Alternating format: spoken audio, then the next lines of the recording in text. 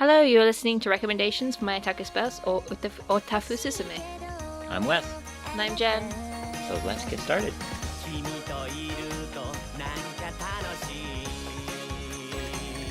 So hey everyone, Jenn and Wes here, and welcome to recommendations from my Otaku Spouse podcast, or Otafu Susume for short. If this is your first time listening, thanks for coming. Today we have recommended to each other Seven to Eternity And Blacksad. Both Western comics. So Jenn, I recommended Blacksad for you to read. It's, as you just said, a Western comic. It's kind of a hard-boiled detective film noir style with the interesting twist that everyone in it is animals. Not exactly Zootopia style, but... No, what is interesting is that they have animal heads and they have animal faces and animal characteristics and they get referred to as their animals, but they still have hands and they basically have bodies of humans. Yes. So like their heads are animals, but their bodies are human-esque. Yes. And you'd think that was weird, but it actually works kind of nicely. Yeah. Like the police chief's a German Shepherd. Yeah. So it is kind of like, actually I suppose a good comparison would be My Hero Academia. Because, with names being like the characters? Well, not just names, but also you have like the crow character, what's his name? Tsukiyomi. Who has nowhere near a crow or Kuro, who has the head of a crow. And then you also have like the police chief, who again has the head of a dog, but then the body of a human-esque. I guess I'd say more than it's kind of like Mouse, the old Spiegelman comic about the Holocaust. Just to bring this down. Yeah, actually, it probably would be more similar to that, because is that French as well? Because this is by two French, a French writer and a French artist. No. No? It's by two Spanish people. Oh, okay, I got that completely wrong. Anyway, no, that one was by the son of a Jewish immigrant who was American, Art Spiegelman. But it's similar in that they kind of use animal types to set characters, in which the Nazis are all cats, the mice are all Jews. When the Americans show up, they're all dogs, things like that. Yeah. So but we're getting off subject. Yeah, so we are. What did you think of Blacksad? Blacksad was good. So as Wes said, it's like a film noir style Western comic that has some of the most gorgeous art I have ever seen in a comic. Oh, it's beautiful. It's beautiful. It's entire. Well, I want to say it's watercolor, but I'm not too sure if it was done on computer. Like, I know they had some insights about how they did the art and stuff, but I didn't actually read them. But it's gorgeous. And I say the animation because the way the faces and the characters are animated, their body language, their facial expressions reminds me a lot of, what's his name? Tom Bluth? Oh, yeah, the old animator who worked for Disney before going on his own. Yes. Yeah. That one.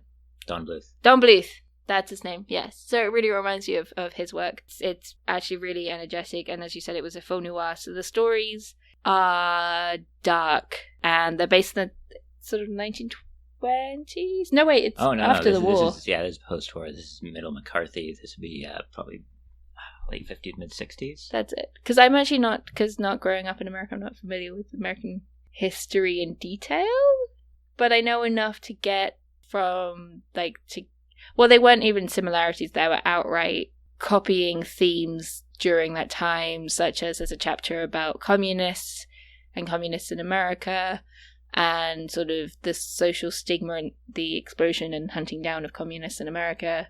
And there's another chapter all about race, which was interesting because because Blacksad is a black cat with white fur on his face. And so it was kind of a black furred animals versus white furred animals, and it was interesting because in the animal kingdom, yes, it mixes it up because, like I said, Blacksad has a white on his face, and that gets pointed at a couple of times. Yeah, for the Americans and the audience again, it's an entire chapter about white nationalism. That was it. And the KKK proxy, instead of wearing white hoods, they're just all white furred. Yeah. So that was an interesting, the social commentary was interesting for someone who knows about the social history but doesn't know about it in detail. So one of the reasons I also recommended this is something that kind of hit me a bit after I first read through Blacksad. And with us both being translators, I found it really interesting. When you were reading it, could you ever tell that this was a translated work? No.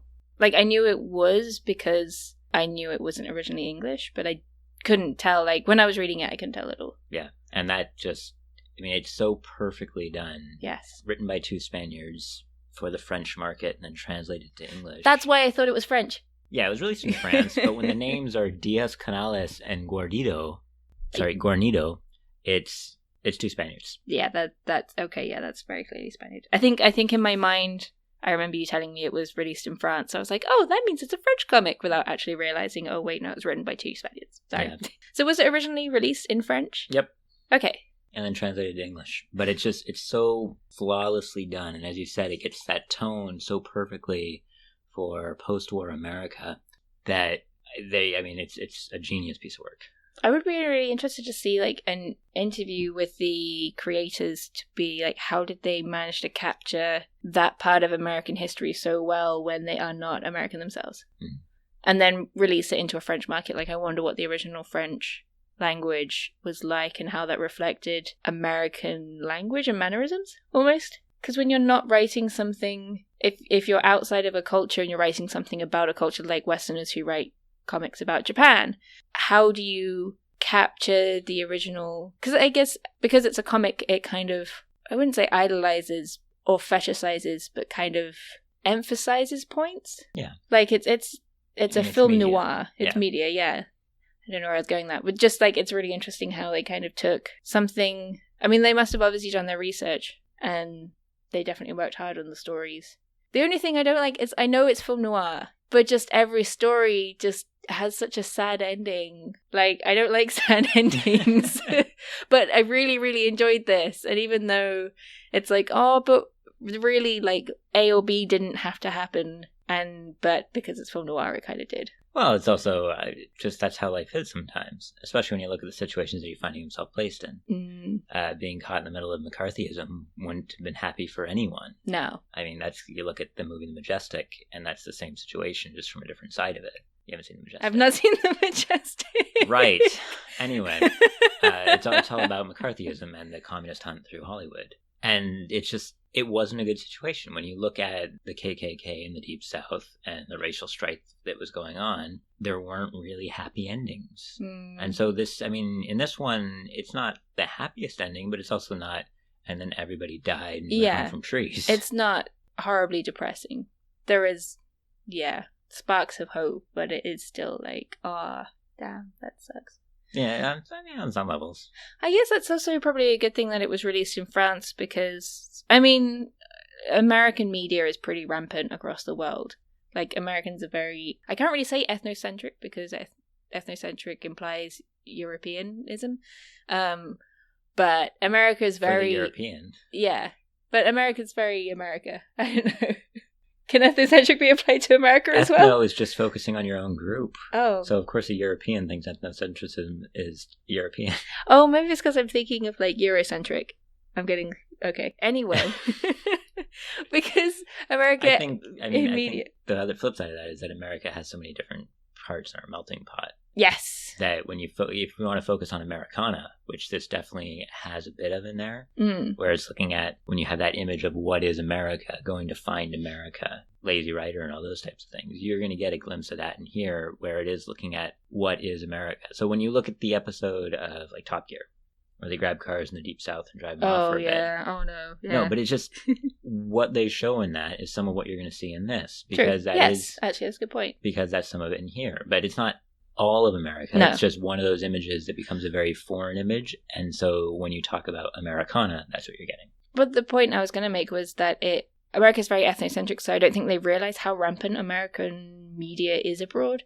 And it's a kind of soft power that foreign, like even I grew up watching American media, like Friends, and American language is very familiar to me. I came over here and a lot of the words that I use are not familiar because what was in British media never came over here, because not much of outside media, but definitely more now, but in the 90s and the noughties, outside media didn't really come in. So it's interesting that these Spanish people decided to create American theme and then release it in France, and in a way it kind of shared like American stories, like you said, in the 50s and the 60s about very interesting social commentary that doesn't really make it outside of America, definitely not in modern media, even though American media is rampant and people are very familiar with it. Yeah.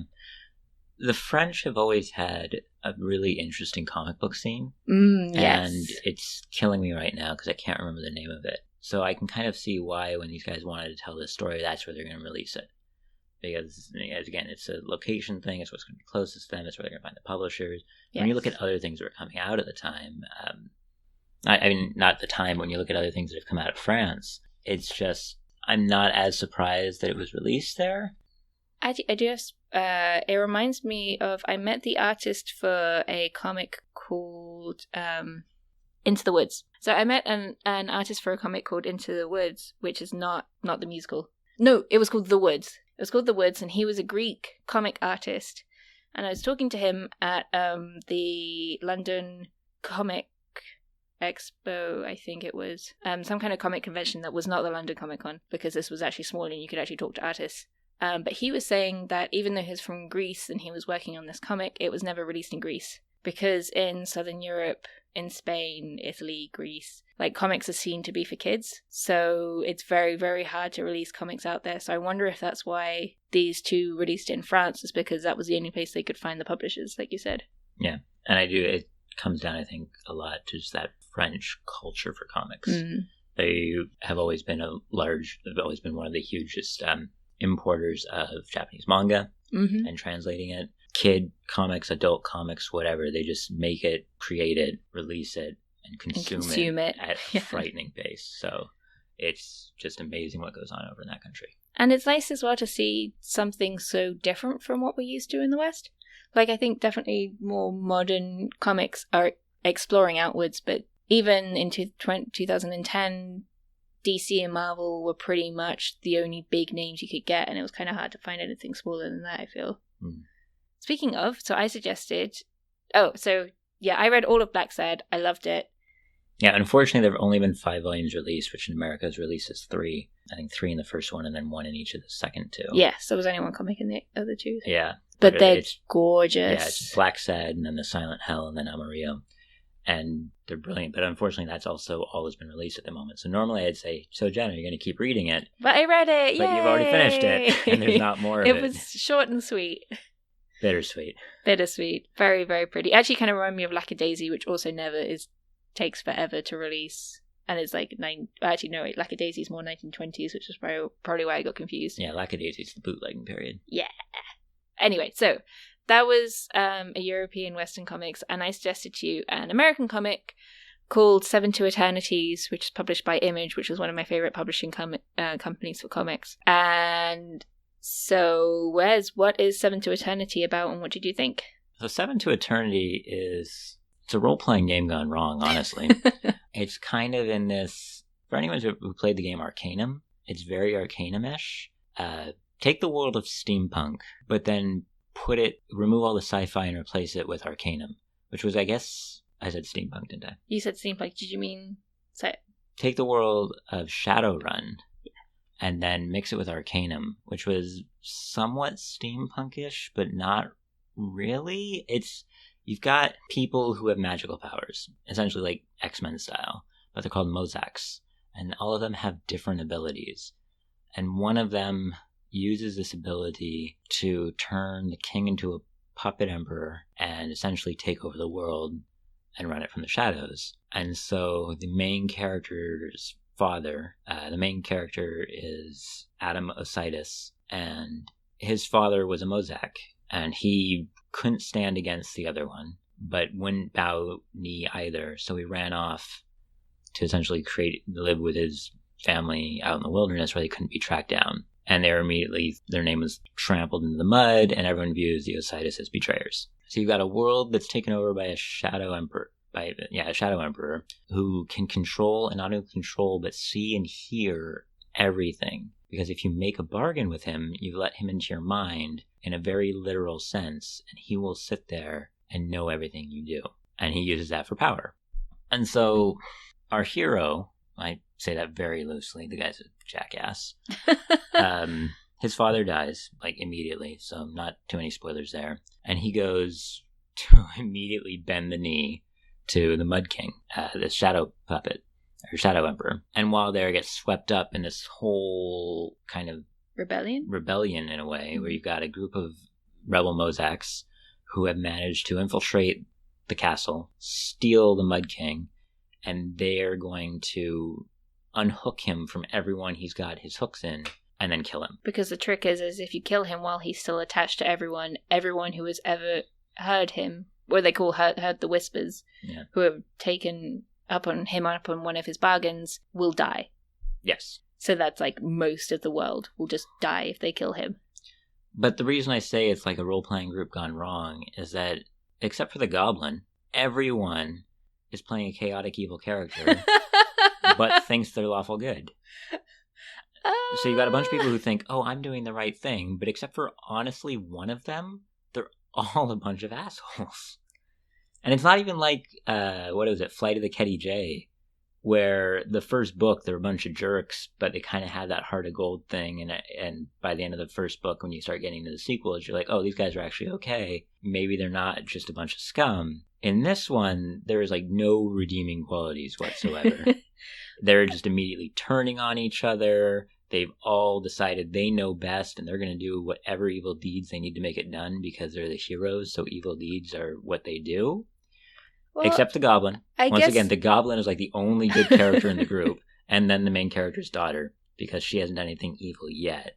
But I'm just waiting now for the shoe to drop. So we've got... there was also the Patchwork Girl, but she was killed before she could do anything evil. I liked Patchwork. I also don't understand how she died. Because all of her body parts were still right next to her, so she should have just restitched. I think it's because they were saying that because it was brain trauma. Oh, okay. Like, her name's Patchwork because she could patch herself back together from body parts. Yeah, she has a regeneration thing, but she doesn't just regenerate her own flesh. She can take other flesh and use that in replacement. She has this cool bit where someone cuts off her arm, so she rips off their arm and sticks it on. That was cool. Yeah. And then the owl's an owl, so whether it's evil or not, I can't understand it because it's an owl. She's like neutral, like lawful neutral, maybe? No, I'm not talking about the one who owns the owl. I'm talking about the owl. Oh, okay. The owl itself is fine. The one who owns the owl is straight up chaotic evil. Maybe neutral evil, but there is nothing good about her. I suppose the thing is that the world is not a happy place. Like, the God of Whispers in his... Or the Mud King, or the God of Whispers, according to people who actually like him, has turned the world into a really horrible place in order to get power. So yeah, but her response to say, so she has this vision that, oh no, the world's going to go to hell. What do? I know. I'm going to kill a child, and when that doesn't work, I'm going to kill his brother the same way. And that's her method of preventing the world from going to hell. And she thinks she's good for that. It's kind of like... it's not even like... Looper, I was going to say. It's not even like, I'm going to kill a child and do this in a way that's nice. I'm going to give him a degenerating disease so that he coughs his lungs out over the period of a few years and dies in increasing agony. Okay, yeah. And when his parents bring him to me to heal him, because they don't know that I'm the one who's cursed him, I'm going to close my door and just ignore them. And that's one of our heroes, folks. Fair point. So the story doesn't end at the end of Volume 2, which is what I read, which is what's out. Yeah, that's all that's out. And except for the paperbacks that I haven't actually read. I imagine it's probably a lot slower and a lot... Because I actually first read this with Volumes 1 and 2 of the paperbacks. The floppies, yeah. The floppies. And then I was like, oh my gosh, this is amazing. I need to wait for all of it to come out. So I imagine when you're reading it every month, it's not as bad. But I guess if you're reading the whole... I think thing in one go.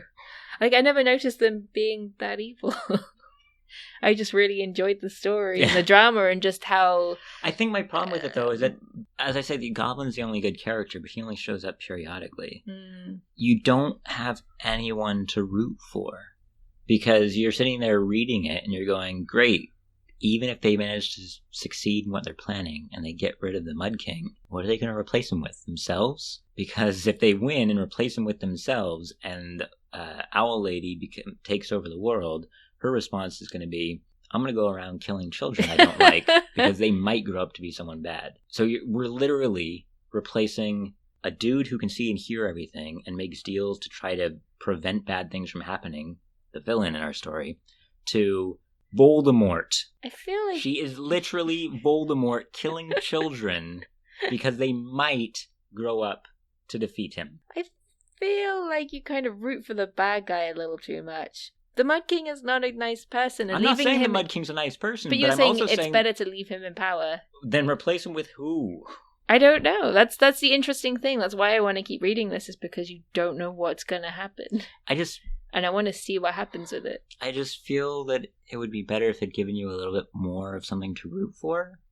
Because, so you have who's supposed to be your noble family who didn't bend knee to the Mud King, the Ositises. And you've got the patriarch of the family, Zebediah. And he's set up to be a cool character, standing up strong against the Mud King and his minions. But they kill him off really quick. And you've got the main character who's going to kind of continue on. And as I said before, he's got a degenerative disease because Owl Lady didn't like him either. Also, that's spoilers. What? He's like coughing up blood in chapter 1. Yeah, but I didn't know that the Owl Lady is the one that caused it. Oh, well. Anyway. So that's in volume 2. So it's just, he immediately does everything his father told him was probably a bad idea. I mean, if you've been raised in this world, it's literally a hell and falling apart. And your father has consistently told you, hey, everything's falling apart because of this one dude who will get inside your mind and never let you go. Why would your first thing to do be saying, oh, well, might as well go talk to him? Well, he doesn't intend to go talk to him. He intends to go and kill him because he knows that he's dying, and he's like, well, I'm dying, so I might as well try something and avenge my father and go kill the Mud King. But he slips up because he accidentally hears the Mud King's whispers, or the Mud King offer. So he had good intention. I was also really hoping they would keep the Mud King's offer off page, because when I heard it, or read it, I guess, it just seems so cliche. I mean, and that comes down again to, I was really hoping that, I guess now having read 2 volumes, I was really hoping that Zebediah would be our hero, as opposed to Adam. Because they kind of give you this run-up where Adam has somewhat accepted his fate, and so he'll do what's necessary to protect his family, but he knows he's going to die. And then all the Mud King has to say is, what if I cure you? And all of his convictions go out the window. Well, he doesn't have a single conviction left. Well, it's because it's kind of like human struggle. Like, do I do the greater good, or do I take something easy because I'm afraid of death? But he's supposed to be our hero is the problem. And I think the thing, usually with a hero, is they're willing to do things that a regular person wouldn't, or accept things that they wouldn't. Which he does do, but he also struggles with this thought that he could go home to see his family. I know, I don't...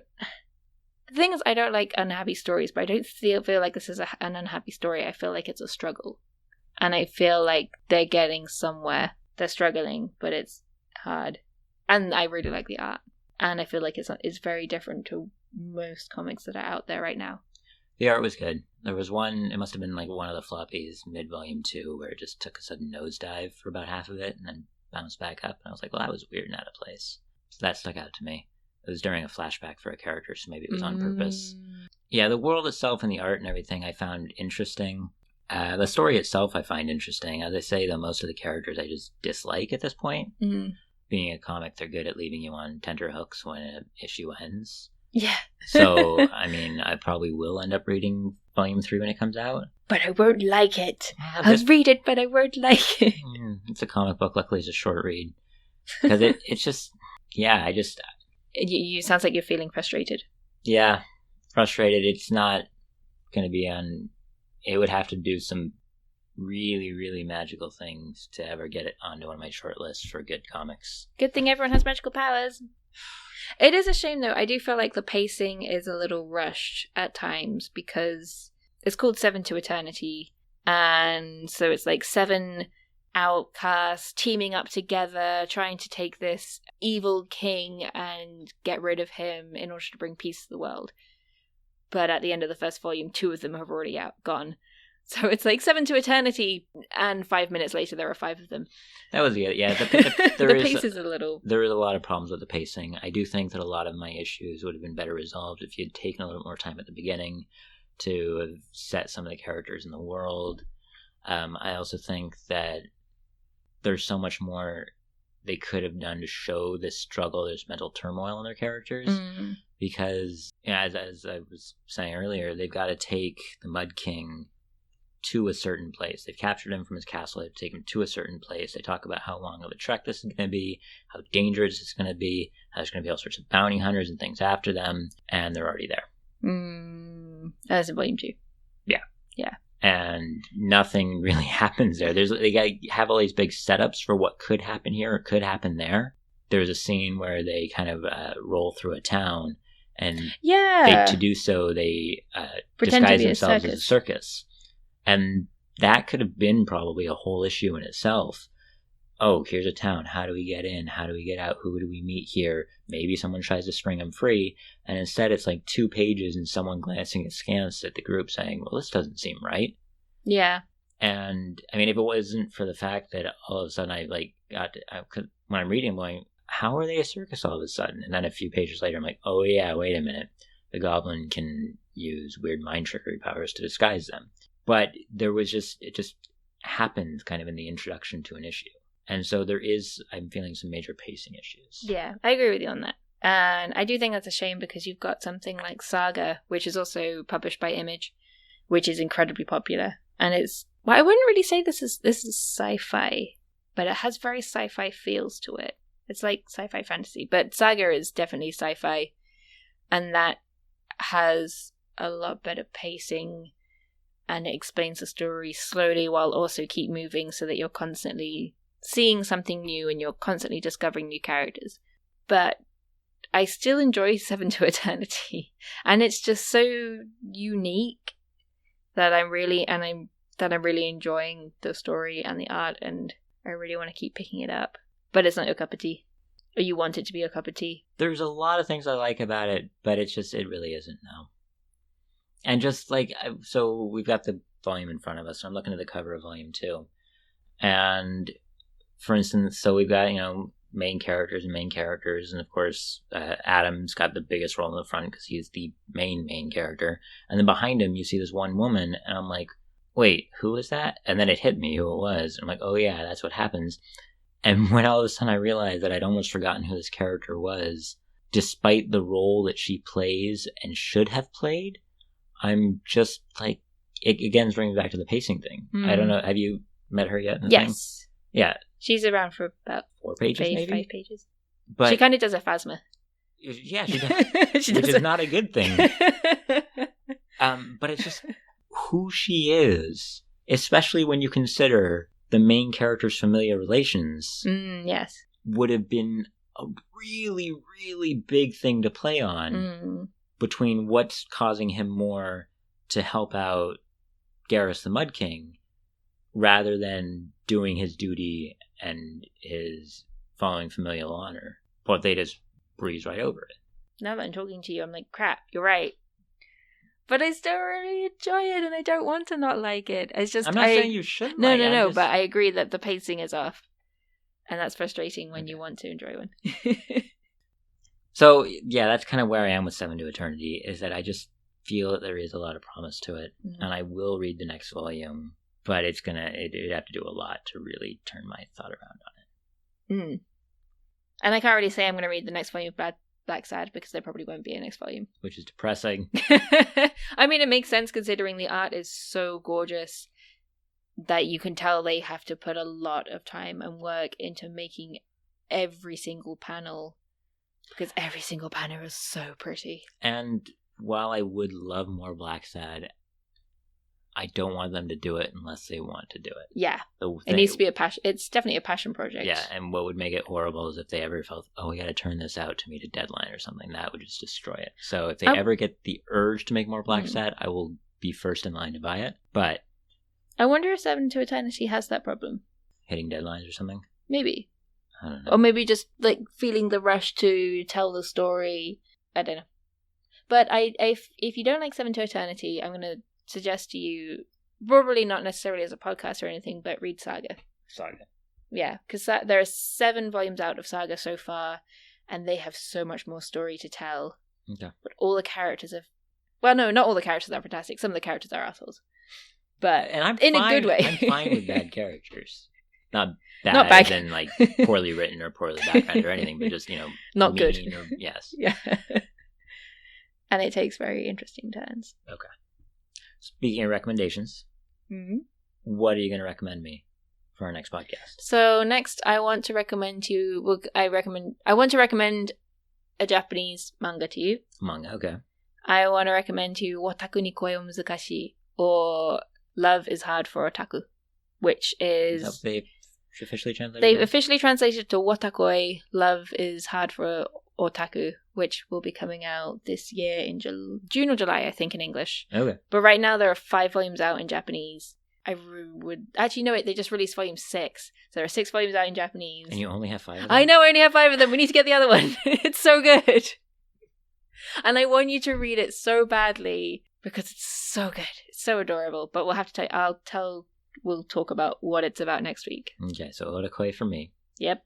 Well, then on the flip side of that, yep. I suppose, actually I was thinking about recommending you a manga. Yay! And I was trying to narrow it down between 2 of them. But if you're recommending a romance to me, I will recommend a romance to you. I thought you only read romance. I read slice of life. Okay. And I read sports anime, but saying that is a bad thing, so I'm about to recommend a sports anime that's also a romance. Okay. So, I want you to Can I guess? Yes. Is it going to be rough? It's going to be rough. Ah, I knew it. And the fact that you knew what I was going to recommend means that I've done this before, but now I can make you read it. Yeah, you've recommended rough to me a couple of times. More than a couple. More than a couple. Especially because you keep telling me it's one of your favorite sports manga It's of all time. So good. It's so good. Anyone out there who likes Adachi Mitsuru and you haven't read Rough, do it. And if you had read Rough, it's amazing. What's his Probably, most popular? It's Touch? Most popular in Japan would be Touch. Most popular over in America would probably be Cross Game. Because that was like the most recent one that came out over as an anime. And I think it had a big release on Crunchyroll. And it got really well reviewed. And it was really good. Highly recommend Cross Game to anyone. But I know you've already read Cross Game. Yes, because you made me read that. I made you read that. And you actually read that one. I did. Good. But in this case, you're going to read Rough. Okay. I'll read Rough. Amazing. And you read Watakoi. I'll read Watakoi. Great. Anyway, thanks for joining us here for Otafu Susume. We will be dropping these, I think, every 2 weeks. I think it might actually be every month now. But we'll see. Whatever. Come back and join us next time when we talk about Watakoi and Rough. You can find other shows like this at the AnnaBrosCreative.com website. We are a group of geeks who just like to sit around and talk about things in a very irreverent manner. That is one way of putting it, yes. It's the political, polite way of putting it. You can also find us on Twitter at AnnieBrosCreative and also on Facebook at AnnieBros. Just AnnieBros? Yeah, AnnieBrosCreative. Okay. You can find links in the show notes to most of these, if not all of them. We might even start throwing up links to things we talk about. Who knows? Yay! So you should definitely check out AnnieBrosCreative.com and find more recommendations for my Otaku Spouse, among others, such as Real Japan and Fujoshi Trash Talk, which I host with fellow Fujoshi Trash. You are Fujoshi Trash. Anyway, thanks for listening. See you next time. Bye.